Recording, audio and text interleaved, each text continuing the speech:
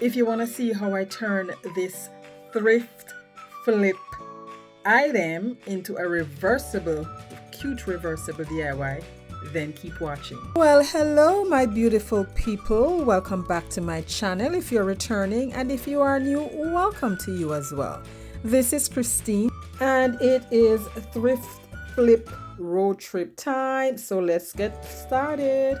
I got this at not my local thrift store. I went to Florida and picked this up, and here I'm going to be painting it with a mixture of folk art plastic paint in shaved ice and flat paint in coconut milk, and we are going to be decoupaging. I like to use the borders of the napkin if it has a border. So here I'm just removing the border, gently cutting that off, and then I took my inside piece and I'm just tearing that out. You can do the water technique or you can cut. I'm just tearing, and once I had that torn out, I removed the back layer, and I'm going to use my Mod Podge multi. I like using this Mod Podge. Haven't used it a lot in a while, but I love to use it. So here I'm just going to use a little bit. I poured a small amount, took a small paintbrush, and I'm just applying that, gently spreading it until it became very tacky. Then you put your napkin down, use your fingers to smooth that out. Make sure that there is no bubble underneath, and you work in sections. Once you have all of it down on the surface, you just use the same brush to go around the edges to secure those. And then you're going to take your heat. I usually like to use a little of the heat gun first, and then after that I put the parchment paper and use the heat press. That mainly because you may have of the Mod Podge that's still wet, and once you put your parchment paper over that and your heat, then you run the risk of the parchment paper being sealed on top of it, and you don't want that. So next I did the same thing for my border piece. I just put the Mod Podge down, put the napkin over it, and then just seal that with my finger. And here we're sealing everything now with our heat press.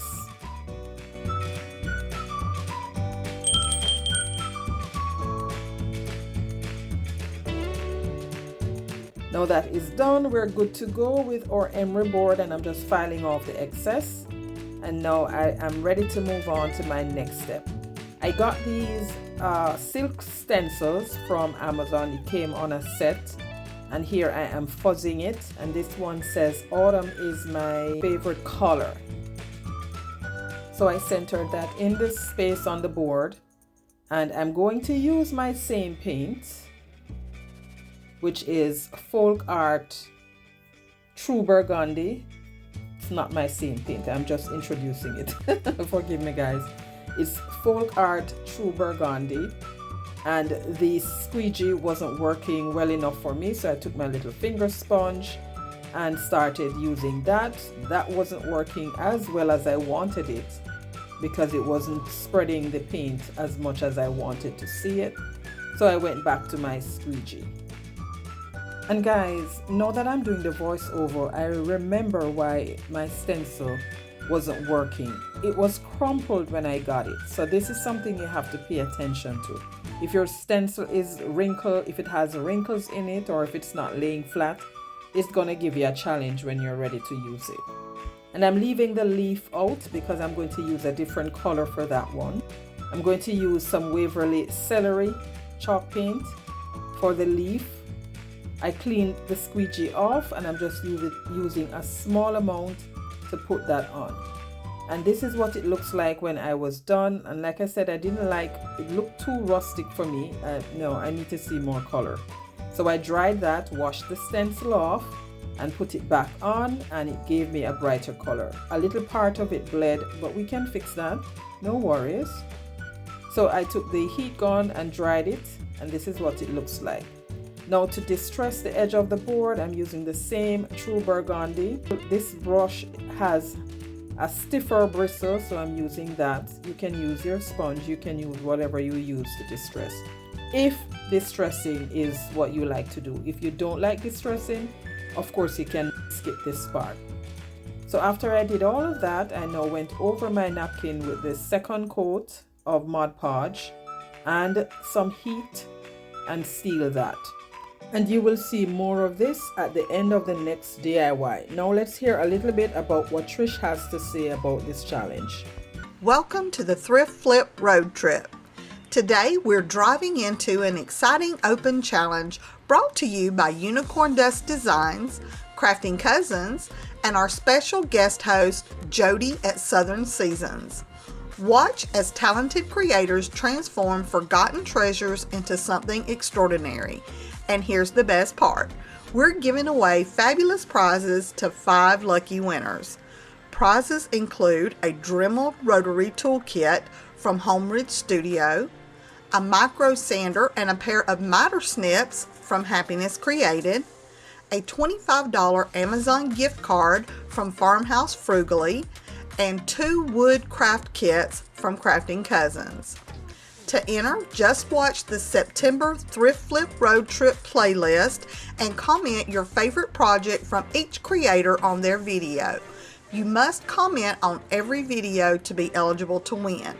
Mark your calendar for September 28th when we will announce the winners on our community tabs.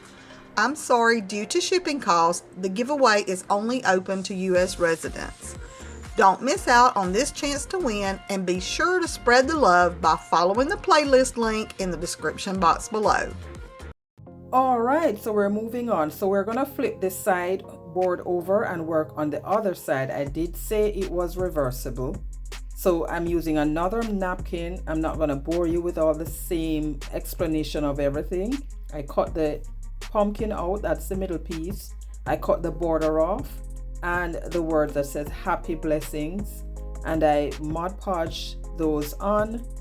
And because this has a little tint of green in there, harvest green, yes, harvest green, it says harvest blessings. I'm using a little of the celery with a small paintbrush, and I'm just kind of blending in the colors all together, because the napkin, as you can see, it has a little tint of green on top of the white surface. So I'm just introducing a little bit of the celery to blend everything in together. And then I dried it, of course, with the heat gun, and then with the parchment paper and heat press. And then once I dried that, I'm going to add my second coat of the Mod Podge to seal. Seal and dry, seal and dry. Now I'm going to use some beads here. I'm making a little beaded tassel. So I took some of the same Waverly celery and I painted 3 beads with that color, 3 with the true Burgundy, and 1 with a little of both paints. Now I'm making my tassel. I'm just wrapping the jute around my fingers a couple times. You can wrap as many times as you want or as few times as you want. And I took a piece, run that through the top, tied that. I'm sure you guys have seen many beaded tassel tutorials on YouTube, so I won't bore you with my version of it. But if you would like to see my version, I do have videos on here that I've made tassels. I'll try to link that down below for you so you can check that out, or I'll link it above here. If you're coming over from any of the other channels and this is your first time on my channel, thank you so much for coming over. I really appreciate you coming by. On this channel, I do lots of budget-friendly craft, thrift flip, which includes DIYs like these. If you happen to love budget-friendly crafts, then you are in the right place. Please consider subscribing if you find anything of value on my channel. I'd really appreciate that. Also to like, share, and comment down below because I enjoy reading your comments. And to my returning subscribers, love you guys so much. I really appreciate your support. So once I made my tassel, so as not to let the end of the jute cord fray, I took a piece of masking tape and I'm just wrapping that around it. That gives me a firmer end to work with, because I'm going to be feeding that end into the bead while it is still on the skewer. That that works sometimes. You can also remove them completely from the skewer and string them that way as well. So this is another way you can string your beads. And here is the other side. Yes, I did say I was doing a reversible. So now we're tying on our tag. I just strung the cord into the hole, tied that, and then here I am feeding the end of the string back up into the bead so that's not visible. And then just use a little hot glue to tack that down. And this is done, my friends. Time was against me, so I was not able to finish any other project. But let me know what you think about this one, which side you prefer, or if you like both sides. And here we are for the final reveal of my reversible DIY. Here is the side with the true burgundy that says autumn is my favorite color. Off camera, I made 2 small bows and glued them on either side. And I also included the paints that I use. Remember to hop on down to my description box and click on the playlist. Check out the host channels as well as all the videos on this playlist. You will not be disappointed.